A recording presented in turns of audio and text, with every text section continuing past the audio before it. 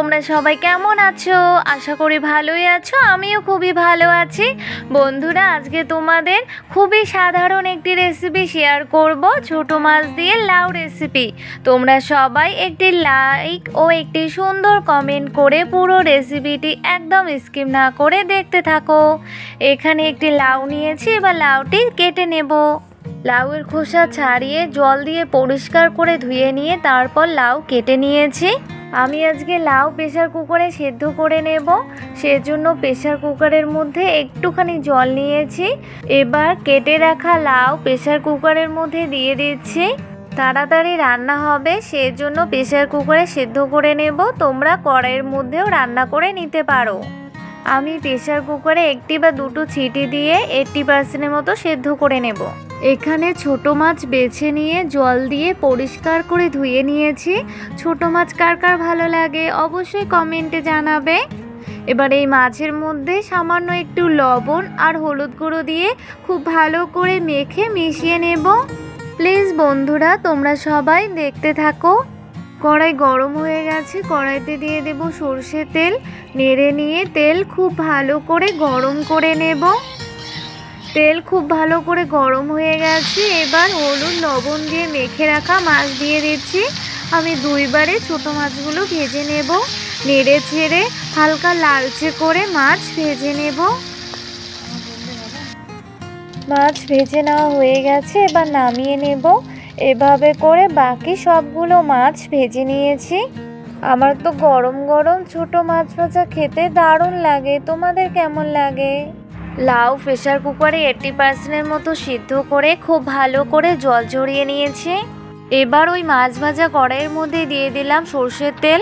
নেড়ে নিয়ে তেল হালকা গরম করে নেব। এবার তেলের মধ্যে ফোড়নে দিয়ে দেব একটি মাঝারি সাইজের পেঁয়াজ কুচি, 4টে চেরা কাঁচা লঙ্কা আর কয়েকটি থেতো করে রাখা রসুনের কোয়া। আর দিয়ে দেব সামান্য একটু 5 ফোড়ন। তোমরা এখানে কালো জিরেও দিতে পারো। এবার নেড়ে নিয়ে পেঁয়াজ, রসুন, লঙ্কা হালকা লালচে করে ভেজে নেব। পেঁয়াজ, লঙ্কা, রসুন হালকা লালচে করে ভেজে নেওয়া হয়ে গেছে। এবার এখানে 1 চা চামচ আদা বাটা দিয়ে দিলাম। এবার নেড়ে নিয়ে আদা বাটা হালকা ভেজে নেব। এরপর এখানে সেদ্ধ করে রাখা লাউ দিয়ে দেব। তোমরা যারা এখনও পর্যন্ত আমার চ্যানেলটিকে সাবস্ক্রাইব করোনি, চ্যানেলটিকে সাবস্ক্রাইব করে বেল আইকনটি ক্লিক করে পাশে থেকো। সব কিছু খুব ভালো করে নেড়ে নিচ্ছে। এবার এখানে দিয়ে দেব পরিমাণ মতো লবণ আর দিয়ে দেব আন্দাজ মতো হলুদ গুঁড়ো। এবার এখানে সামান্য একটু জিরে গুঁড়ো আর একটুখানি ধনে গুঁড়ো দিয়ে দেব।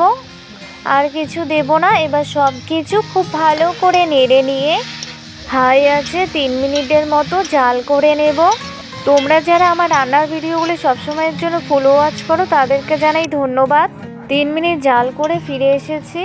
তোমরা যারা নতুন বন্ধু হতে চাও বড় ভিডিও দেখে নিয়ে তারপর বন্ধু হবে।